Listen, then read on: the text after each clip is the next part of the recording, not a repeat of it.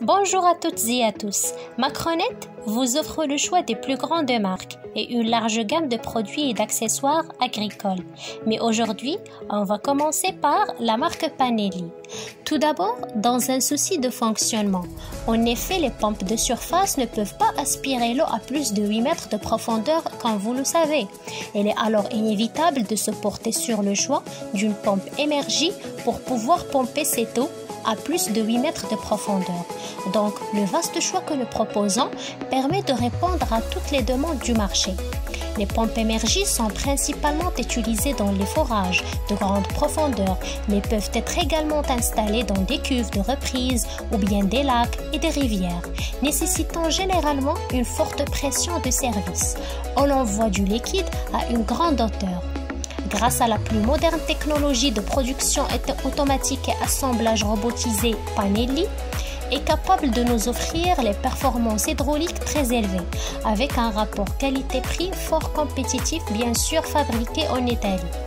Alors, les pompes émergies pour forage existent en différentes tailles. Il y en a les 3 pouces ou les 4 pouces, 6 pouces, 8 pouces, encore 10 pouces et plus encore.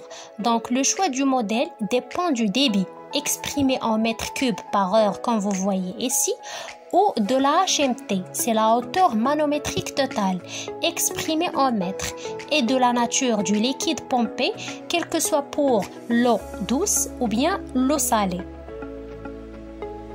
Alors maintenant, on va passer à comment définir les caractéristiques d'une pompe. Donc, on va se concentrer sur une seule pompe pour vous bien clarifier les choses. Donc, on opte pour la pompe émergie de 4 pouces rouffletante. Donc, c'est une pompe pour eau claire. Le maximum d'eau, c'est 35 degrés Celsius. Donc, toute application domestique et industrielle. Sur pression, pompe d'incendie, irrigation et les électropompes émergies, série 95 PRN1. Alors maintenant, comment définir les caractéristiques d'une pompe? Toujours pour une pompe, nous avons des caractéristiques spécifiques. Par exemple, nous examinons les courbes de base des pompes, la hauteur de pression, le débit et les performances de la pompe, la tension, la fréquence et les phases, pour vous aider à apprendre la génie mécanique. Et les fabricants de pompes fournissent généralement un tableau séparé, comme vous voyez ici, qui indique cette exigence de puissance. Comme vous pouvez le voir, quand le débit augmente, la puissance requise augmente également. Et nous utilisons ce tableau pour dimensionner le moteur. Aussi, chaque type de pompe et chaque tableau est lié à un graphe différent et les données qui sont tracées varient en fonction du modèle. La première chose que nous remarquons est que sur l'axe vertical principal, les Y, nous avons la hauteur de pression et sur l'axe vertical des X, nous avons le débit. En gros, la hauteur est la pression et le débit est la quantité d'eau que la pompe peut déplacer.